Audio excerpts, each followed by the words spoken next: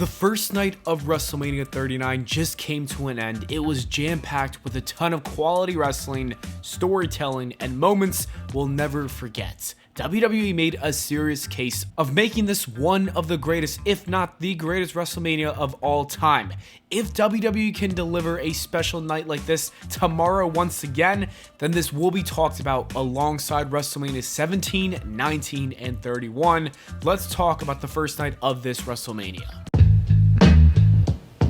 The Usos versus Kevin Owens and Sami Zayn got the main event of the night, and I think we can all agree and say that these four men deserve this main event, and I'm glad they got it. They absolutely killed it as well. The Usos were extremely dominant, as they should be, since they've been tag team champions for 600 days. It's got to be difficult for Kevin Owens and Sami Zayn to win this match, so I really like that part of the storytelling in this match. Kevin Owens went through a table, Sami Zayn took 1,000 super kicks, and I thought it was over for them. It really looked like they were retaining those titles. These guys even had Lil Uzi come out and do their entrance. I really thought the bloodline was coming out stronger than ever before. That was until Sami Zayn and Owens shifted into the second gear and the entire energy changed. Sami Zayn and Kevin Owens took the momentum. Sami Zayn proceeded to finish his story by hitting Jey Uso with 3 haluva kicks to win the match. He even said he was sorry before hitting the final blow for the win. Sami Zayn and Kevin Owens won and became the new tag team champions. It wasn't the best match of the night, but I still think it was really good. I was satisfied with the pop. And the ending was perfect with these two guys holding the titles high in the air. This is exactly what should have happened, and I'm glad it did. Pat McAfee pleasantly surprised the WWE Universe with his return tonight and an impromptu match with the hosts of WrestleMania. It's always a cool time when Pat McAfee returns to WWE. I really love WWE giving us these impromptu matches. The same thing happened with Vince McMahon and Stone Cold Steve Austin from last year and their respective matches. It's a treat to get some extra matches that we really don't expect, because why not? McAfee made quick work of The Miz. This wasn't meant to be anything more than just a fun moment, and it was exactly that. It was fun. Snoop Dogg said some goofy funny stuff, and McAfee won the match, and it was great.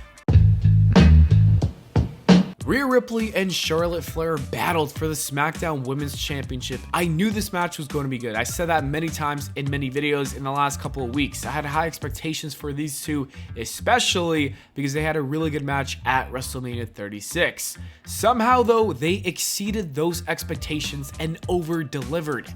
This was my second favorite match of the night. I thought these two ladies seriously killed it in this one. I love how there's always a top-notch women's title match at WrestleMania.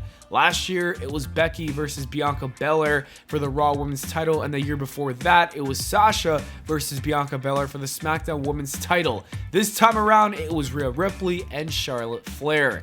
Throughout the entire match, it looked like they were legitimately trying to kill each other. If this had a better storyline, I honestly would not have been upset if they main evented. That is how much I loved this match. It was one of Charlotte's best matches in a while. I actually feel like she got even more athletic than before because she was looking like a high flyer in this one, except for that one time when she landed on her face. That bump looked intense. I thought she legitimately broke her face. I mean, she kind of did land right on her face, directly onto the mat, face first. That was tough, but she still finished the match. This was good stuff. Rhea and Charlotte are definitely wrestling soulmates. We finally saw the highly anticipated match between Rey Mysterio and his son, Dominic. I'm sorry, but Dom is so unserious with that entrance. This man really had a special entrance, with him getting escorted to the ring with police officers for the time he spent 2 hours in jail. Whoever pitched that deserves a raise. It was even better when Michael Cole was losing his shit because of it. Rey Mysterio's entrance was even better. It started off with Snoop Dogg's song, and as soon as those two were driving in Lowrider, we heard Eddie's theme song as well. I popped when I heard that. It's been so damn long. And then Rey walked into the ring with his normal theme song. The match itself was very entertaining. Rey Mysterio seriously removed his belt and then started to whip his son. That spot was it was gold. This wasn't a good idea though because it pissed off Dom. He went and started annoying his mom and his sister. He is such a menace that he threw his sister's drink in her face. Their dad beat him up for that one too, so it's all good. Even his mom got in on the action and slapped the shit out of him. This is just a perfect sports entertainment match. It was just pure entertainment at its finest. Anyways, Judgment Day came out to cheat, then Legado evened the odds, and to end the match, Bad Bunny helped Rey Mysterio and prevented Dom from cheating. 1619 later, and that's all she wrote. If this was Rey's final match, I would say it was a damn good way to hang up those boots, but I do think he's got a couple more years left in the tank because that's what he said, he wants to retire at 50.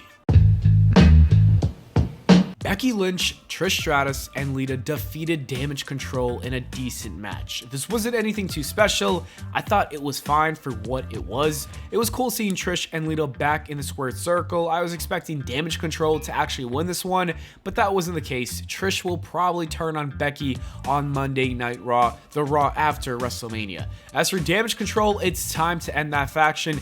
They are just a bunch of losers. They haven't done much as a unit, and I just want to see Io Sky and Dakota Kai turn on Bayley, setting up a triple threat match where they say, you know what, you kind of did nothing for our career, peace out bro, we're out of here. That's probably where this is going, to be honest with you. I feel like the seeds have been planted.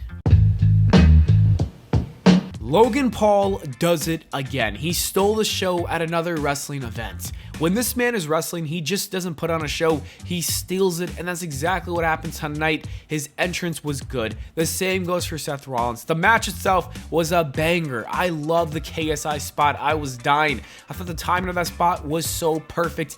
It looked legit. Everything about it was smooth, and I know that clip is going to go viral if it's not already. Logan Paul put up a good fight but came up short. The coast-to-coast super kick was a dope spot. To be honest with you, Logan has some crazy hops. I don't know how he does it. The man is so athletic. Seth Rollins ended up picking up the victory in a banger of a match. It was the match of the night for me. Logan Paul versus Seth Rollins wasn't the only banger. The men's showcase match was also a banger. I didn't have much expectations for this. I didn't really care about it at all, but these 8 men came into that match to prove something, and they did. It might have been a spot fest, but goddamn, it was a good one. The spots didn't end. It was straight up non-stop action for almost 9 minutes. They made each minute count. All the talent in this one really shined, and I like this a lot. I thought that Braun Strowman and Ricochet should have won, but I'm fine with the Street Profits winning too.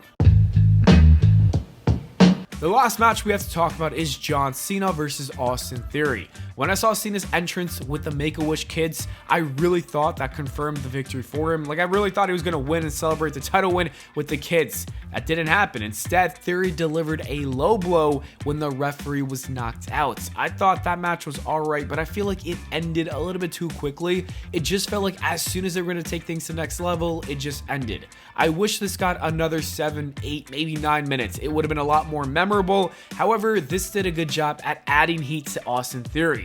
Some people think this is John Cena's last match because he did bow down to the crowd before hitting the 5-knuckle shuffle. I hope that's not the case. I'm not ready for it. Anyways, the first night of WrestleMania 39 was a massive success. If WWE continues this momentum into tomorrow night, this could be the greatest WrestleMania of all time. We'll have to wait and see.